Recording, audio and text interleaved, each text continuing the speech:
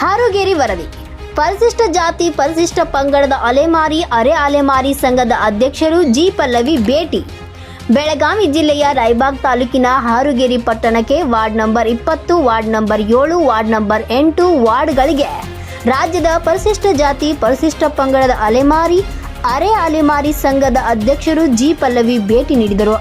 ಹಾರುಗೇರಿ ಪಟ್ಟಣದ ಚನ್ನದಾಸರ ಕಾಲೋನಿಗಳಾದ ಕುರಬಕೋಡಿ ಹಾಗೂ Harugeri SVS college ಹತ್ತಿರ ಇರುವ ಚನ್ನದಾಸರ ನಿವಾಸಿಗಳಿಗೆ ಅಲ್ಲಿನ ಕುಂದುಕೊರತೆಗಳ ಬಗ್ಗೆ ಆಲಿಸಿ ಗಟರ್, ಒಳಚರಂಡಿ, ನೀರಿನ ಜಲಕುಂಭಗಳು, ವಿದ್ಯುತ್, ಶೌಚಾಲಯಗಳು ಬಗ್ಗೆ ಸಂಬಂಧಪಟ್ಟ ಅಧಿಕಾರಿಗಳಿಗೆ ಮಾತನಾಡಿ 2 ದಿನಗಳಲ್ಲಿ ಸರಿಪಡಿಸಲು ತಿಳಿಸಿದ್ದಾರೆ.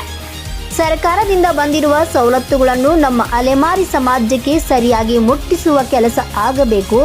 ಇದನ್ನು ಗಮನಹರಿಸಲು ತಾಲೂಕು ಸಮಾಜ ಕಲ್ಯಾಣ ಅಧಿಕಾರಿ ವಿಠಲ್ ಚಂದರ್ಗಿಗೆ ಹೇಳಿದರು.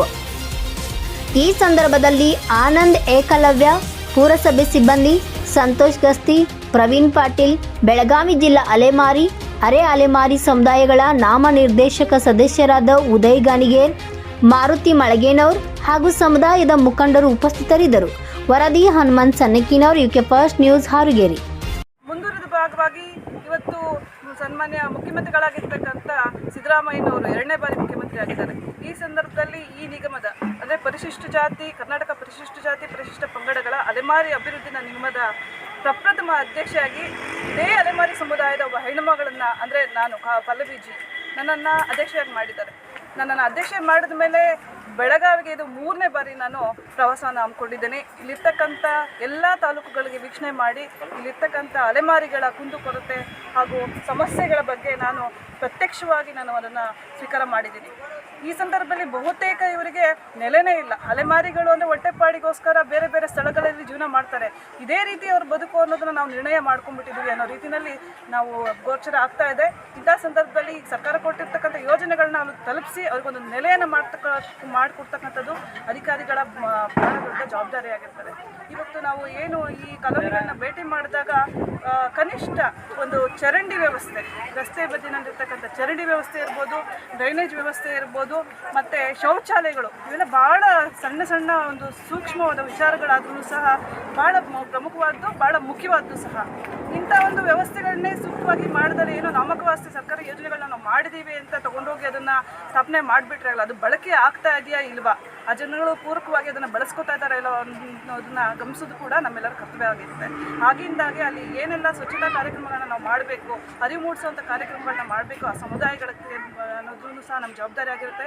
ಹಾಗಾಗಿ ಇವತ್ತು ವೀಕ್ಷಣೆ ಮಾಡಿದಂಥ ಸಂದರ್ಭದಲ್ಲಿ ಪುರಸಭೆಯ ಅಧಿಕಾರಿಗಳು ಮತ್ತು ನಮ್ಮ ಸಮಾಜ ಕಲ್ಯಾಣ ಇಲಾಖೆಯ ಅಧಿಕಾರಿಗಳಿಗೂ ಸಹ ಬಹಳ ಕಟ್ಟುನಿಟ್ಟಿನ ಒಂದು ಸೂಚನೆಯನ್ನು ನೀಡಲಾಗಿದೆ. ಈ ಕೂಡಲೇ ಅಲ್ಲಿರ್ತಕ್ಕಂಥ ಶೌಚಾಲಯದ ಸಮಸ್ಯೆ ಇರ್ಬೋದು ಹಾಗೂ ಚರಂಡಿಯ ಸಮಸ್ಯೆ ಇರ್ಬೋದು, ಡ್ರೈನೇಜ್ ಸಮಸ್ಯೆಗಳಿರ್ಬೋದು ಬಗೆಹರಿಸಬೇಕು, ಅದಕ್ಕೆ ಕ್ರಮ ತಗೋಬೇಕು.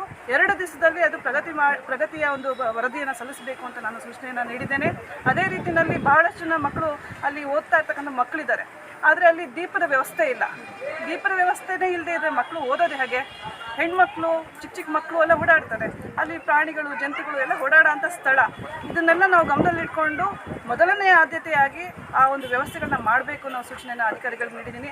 ಅದೇ ರೀತಿಯಲ್ಲಿ ಈ ಕಾಲೋನಿಯಲ್ಲೂ ಸಹ ನಾನು ಭೇಟಿ ಮಾಡಿದಾಗ ಬೇರೆ ಬೇರೆ ಸಮುದಾಯಗಳಿಗೆ ಅಳವಡಿಸಿರ್ತಕ್ಕಂಥ ಇದು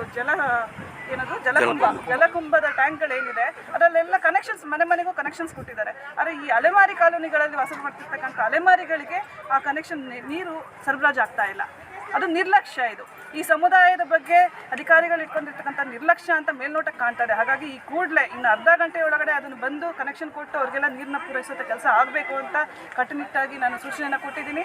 ಅದನ್ನು ವ್ಯವಸ್ಥೆ ಮಾಡಿ ನನಗೆ ಕರೆ ಮಾಡಿ ಅದನ್ನು ರಿಪೋರ್ಟ್ ಕೊಡಬೇಕು ಅಂತ ಸಹ ನಾನು ಆದೇಶ ಮಾಡಿದ್ದೀನಿ. ಅದಕ್ಕೆ ಪೂರಕವಾಗಿ ಅವರು ಇನ್ನೊಂದು ಅರ್ಧ ಗಂಟೆನಲ್ಲಿ ಕೆಲಸ ಮಾಡಿಕೊಡ್ತೀವಿ ಅಂತ ಹೇಳಿದ್ದಾರೆ.